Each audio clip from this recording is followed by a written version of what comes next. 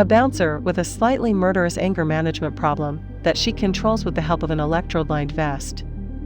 She uses to shock herself back to normalcy whenever she gets homicidal. This is Movie Mesh, and today's movie recap is a 2021 American action comedy film called Jolt. Watch out for spoilers. Lindy Lewis is a young woman who is afflicted with the intermittent explosive disorder. This causes her to react with violent rage at even the slightest transgression because her body has an unusually high level of cortisol, which in turn makes her stronger and faster than normal. Her parents eventually have her institutionalized due to her violent tendencies. While in the asylum, an unknown organization tries to weaponize Lindy's violent tendencies for their benefit, but they fail at every attempt to control her rage. Hoping the military will give her structure and discipline, the organization puts Lindy in the army, but they are also unsuccessful at controlling her rage. Finally, Lindy is subjected to an experimental, but effective, treatment to control her rage. A form of self-administered shock treatment given through an electrode-lined vest she wears at all times. Thanks to the vest and the remote on her wrist, she is finally able to live in the world as a somewhat normal person. Sometime later, Lindy is prompted to go on a date by her therapist and the designer of the vest, Dr. Ivan Munchin. Munchin believes that this will test if she is able to have a healthy, normal relationship with someone. Eventually, Lindy decides to go on a date with an accountant named Justin.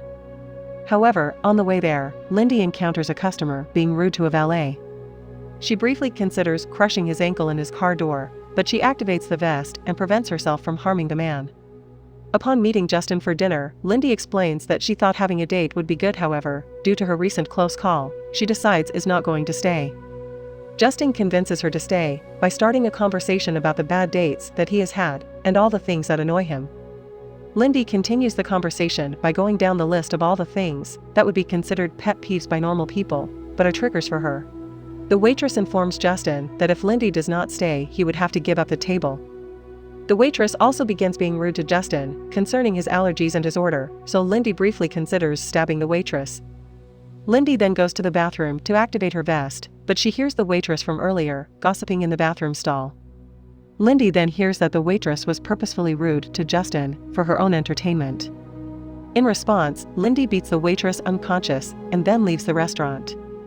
She then takes her electroshock remote to Dr. Munchin to be fixed, but Munchin reveals that there is nothing wrong with the remote, she has merely built up a tolerance to the electricity. Munchin also tells Lindy that the vest is not a permanent solution, and it is supposed to be a temporary fix. They then discuss the previous events and the possibility that a healthy emotional connection could help her finally control her rage. Lindy contacts Justin to go on a second date. They discuss their past as well as Justin's job. Justin reveals that he only has one client, a man named Barry. They go back to Lindy's apartment and start to have sex. Justin sees Lindy's voltage therapy vest and electrodes all over her body, so she explains to him what it is. He does not seem to care and tells her it is not a big deal and begins taking her vest off. The next morning, Justin gets Lindy a gift along with breakfast in bed. Lindy opens the gift to see a camera bought by Justin due to her mentioning that she likes to take pictures of people. Justin asks her to explain her voltage therapy. After explaining her condition, Justin appears to accept it. Justin then leaves for work and invites Lindy over for dinner later. Lindy visits Dr. Munchin to tell him that his theory worked and that she likes Justin a lot. Munchin insists that they have a session to deal with these feelings, but Lindy leaves to take pictures with the camera Justin gave her. Later on, Lindy calls Justin's phone after not hearing from him all day, and a Detective Vickers answers. She goes to the police station to sit with Detective Vickers and Detective Nevins, and they state that Justin was murdered. Lindy replays her time with Justin and begins to spiral, shocking herself repeatedly with the vest. She visits Munchin, claiming that the vest is not working, so he gives her a sedative. Once she comes to, she says she needs to find out who murdered Justin. He tells her to let it go before it changes her irreversibly. Lindy then calls the detectives, claiming to have more details about Justin's murder. As a ploy to get them out of the precinct, so as to gain access to the evidence from Justin's murder. Lindy then heads to Justin's house and finds his phone. She is called by Detective Vickers, who tells her that they found her, and that Detective Nevins is on the way to arrest her. After a brief encounter with Nevins, Lindy takes Justin's car and escapes. Lindy goes to an electronics store to talk to someone about hacking Justin's phone and meets Andy, a female hacker working in the store. Andy is able to locate Justin's client, Barry Kaspersky, a notorious gangster who was confirmed to be the last person in contact with him. Upon finding out that Barry is in an abandoned building, overseeing an underground fight, Lindy goes to that fight and demands that Barry tell her who killed Justin. He agrees, on the condition that she fight his top 3 guys, all at once. Upon winning, however, Barry tries to get her killed. But Lindy manages to incapacitate both Barry and the gunman and gets him to tell her who killed Justin after threatening him with jumper cables. Barry tells her that a billionaire recluse named Gareth Fizzle had Justin killed.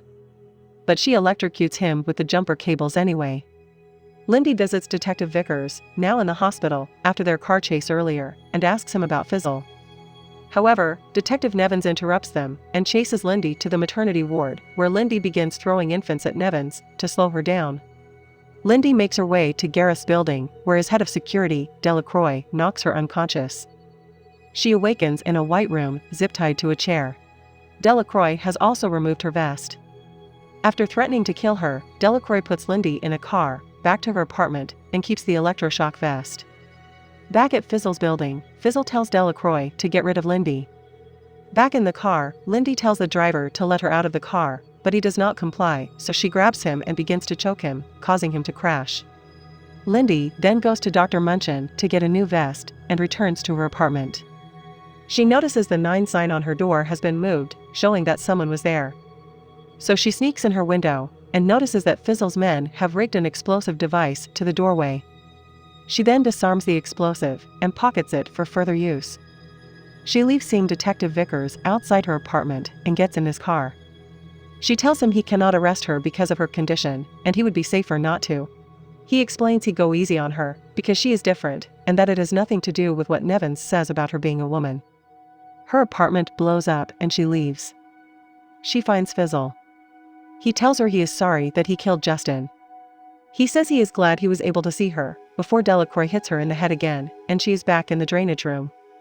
He asks her, does she know what exsanguinate is, and then explains what it was while doing so to her.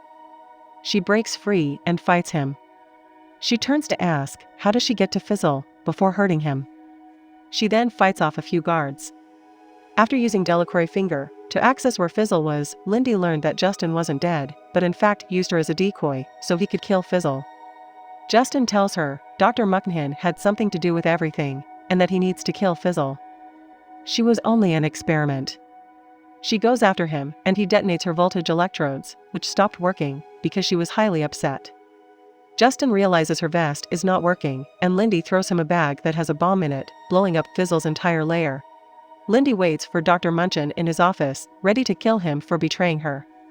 Just as she decides against it and handcuffs him, the detectives Vickers and Nevins enter the office to arrest Dr. Munchin on various charges. Lindy returns to her apartment, and a woman, who appears to be one of the doctors from when she was younger, tells her that by embracing her rage she will truly become powerful before pressing her voltage detonator. She also tells her she was a superior to both Munchin and Justin, and tries to convince Lindy to join her. And here the movie ends, with a possibility of an upcoming sequel for this movie, in which we might see whether Lindy joins her or not. But till then, take care, and don't forget to subscribe for more awesome movie recaps like this.